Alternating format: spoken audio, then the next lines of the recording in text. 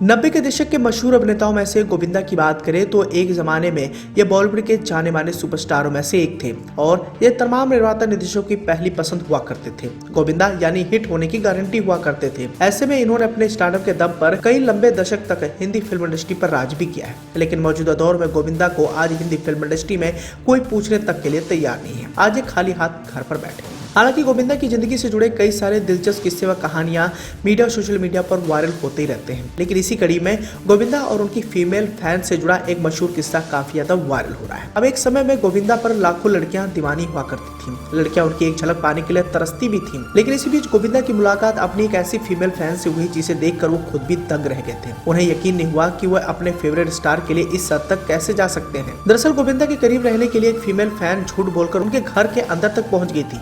यहाँ तक कि उसने गोविंदा के घर में बतौर हाउस हेल्प काम करना शुरू कर दिया था। और जब गोविंदा उनकी पत्नी रीता आहूजा को फैन की सच्चाई का पता चला तो दोनों ही हैरान रह गए थे। दिलचस्प बात तो ये रही कि वह लड़की एक बड़े अमीर परिवार से बिलोंग करती थी। पूरे किस्से का अगर जिक्र करें तो आज से कुछ समय पहले गोविंदा और सुनीता ने एक इंटरव्यू के दौरान इस घटना का खुलासा किया था।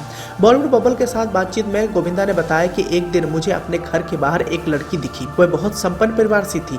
मैंने उसे अपने घर के बाहर देखा तो पूछ लिया कि क्या तुमको काम चाहिए। फिर मैंने कहा कि मेरी माँ से पूछ लो। इसके बाद माँ ने उस लड़की को काम पर रख लिया था। आगे गोविंदा बताते हैं कि जब मैं घर पर होता था तो वह लड़की बहुत एक्टिव रहती थी।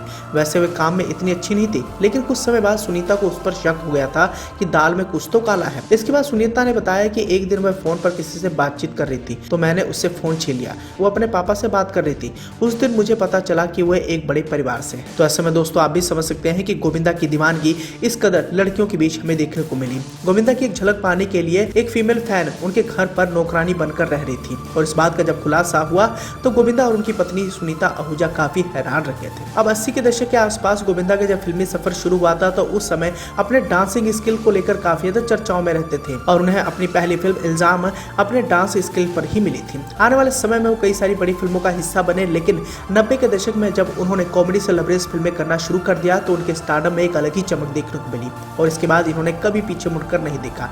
आने वाले समय में इन्होंने ऐसा स्टारडम हासिल करके रख लिया। उस जमाने के कई बड़े सुपरस्टार फीके नजर आते थे। 90 के दौर में इन्होंने जितनी भी फिल्में की सभी की सभी सुपर डुपर हिट साबित रही। इसी के साथ ही अगर इनकी पत्नी सुनीता आहूजा की बात करें तो सुनीता और गोविंदा ने साल 1987 में शादी रचा ली थी। इन दोनों के सीक्रेट तरीके से एक दूसरे के साथ फेरे लिए थे। हालांकि गोविंदा ने अपनी शादी की बात काफी समय तक सबसे छुपा कर भी रखी थी। जब सुनीता ने बेटी टीना को जन्म दिया उसके बाद गोविंदा ने खुलासा किया कि उन्होंने गुपचुप तरीके से शादी रचा ली है।